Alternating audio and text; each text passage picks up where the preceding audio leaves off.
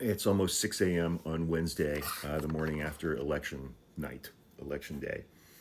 I think one of the most important things that happened last night was that California passed Proposition 50, redistricting their congressional districts to counter what Republicans recently did in Texas.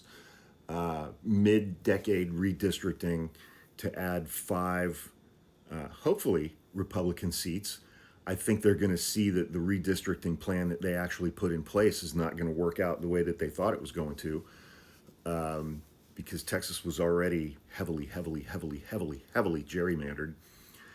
And in order to kind of try to get more Republican districts, they had to dilute the numbers of Republicans in existing Republican districts. So we'll see how that plays out for them. But California voters passed Proposition 50 to add five Democratic House districts to California's state House delegation.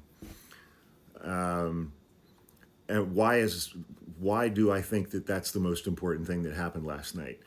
Because Donald Trump, next year in 2026, Donald Trump is going to be singularly focused on keeping a Republican majority in the House of Representatives by any means necessary. He's been very upfront about that. He does not want Democratic control of the House or the Senate during any part of this 4-year term that we are almost 1 year into. If Democrats take control of the House, he's going to get impeached every other week because that's what the Democratic base is going to demand. It will be performative. It will be somewhat silly. I think it will be important for history to document everything as best we can. Plus, Democrats will run, they'll be in charge of all of the House of Representatives committees. So they'll be able to do oversight and conduct investigations, again, which will largely be performative in current times, but will be important for history because Democrats, if they take the House and start doing investigations, they are going to uncover any number of felonies that Donald Trump has committed every single day during his second term. But Donald Trump's handpicked Supreme Court has given him immunity from criminal prosecution for felonies committed while in office, as long as they can kind of somehow maybe sort of tie those things to official acts of the office of the presidency. But Donald Trump does not want a Democratic House. That is his number one priority for 2026.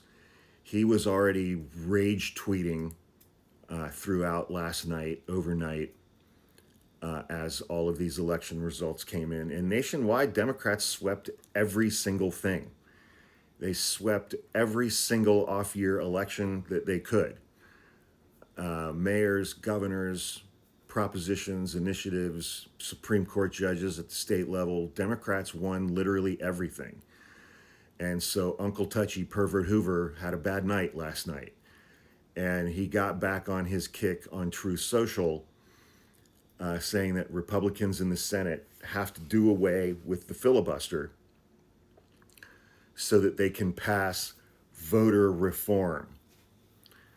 Voter reform just means eradicating as many Democratic votes as they possibly can nationwide at the state and local level.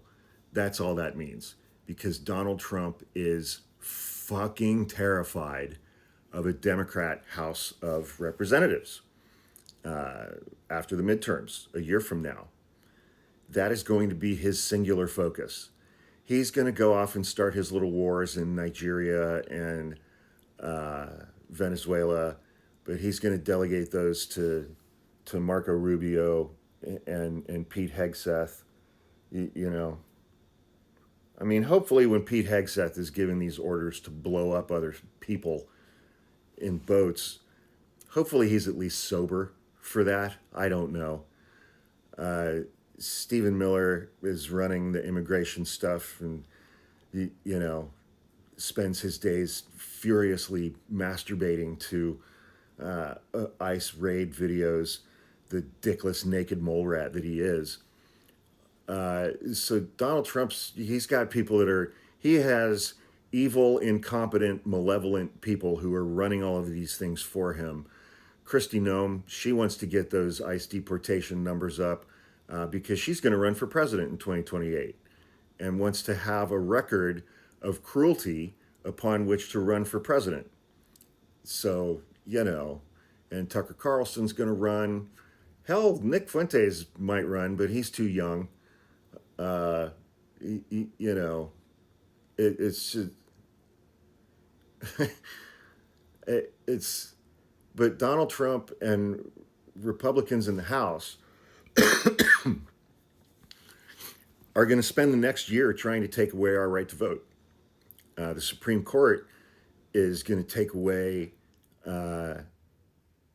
any and all meaning or impact of the votes of Black and brown Americans throughout the South with the voting rights case that they just heard, because it's been John Roberts' life's work to try to eradicate the 1965 Voting Rights Act. That has been his life's work. And he'll be able to accomplish that this term. So that'll happen by June.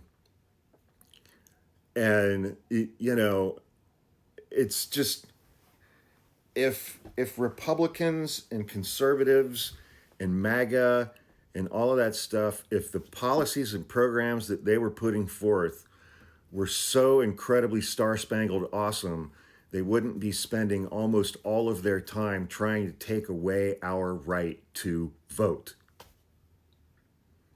But they are.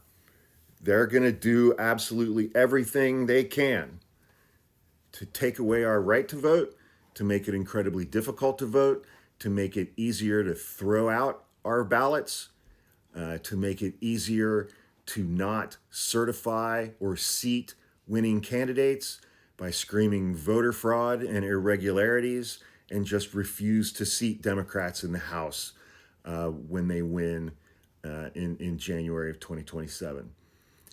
The focus of this administration and House Republicans over the next year is going to be to take away everybody's right to vote who doesn't vote for Republicans. In the Senate, John Thune is going to have a bad year, Republican majority leader. John Thune is going to have a bad year if he wants to hang on to the filibuster, because that is going to make him a direct enemy of Donald Trump and the MAGA base. Because if you want to pass this legislation for voter reform, it's going to need 60 votes in the Senate. I don't know that they're going to get every Republican vote, let alone, 53 to 47 right now? Let alone get every Republican and 7 Democrats. That's never, ever, ever going to happen because of the filibuster.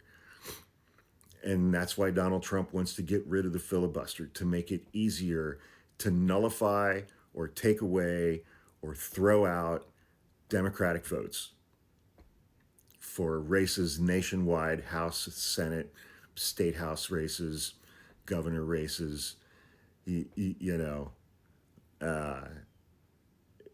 because the end goal of people like Donald Trump, J.D. Vance, Stephen Miller, Kristi Noem, Marco Rubio, Steve Bannon, all of those people, the end goal is single party rule, regardless of what the voters want. They want an authoritarian theocracy run by one party, the Republican Party, for the benefit of oligarchs, millionaires, and billionaires. And to fight against that, thank God, we have the Democratic Party, which represents AIPAC and corporate interests. They don't represent Americans either. The only person who I've seen over the last couple of years who I think I can say with a level of confidence that actually represents working Americans is Zohran Mamdani. And he's been attacked by everybody, Democrats, Republicans, billionaires, millionaires, everybody, because he represents working people. and their interests. That's why they all hate him.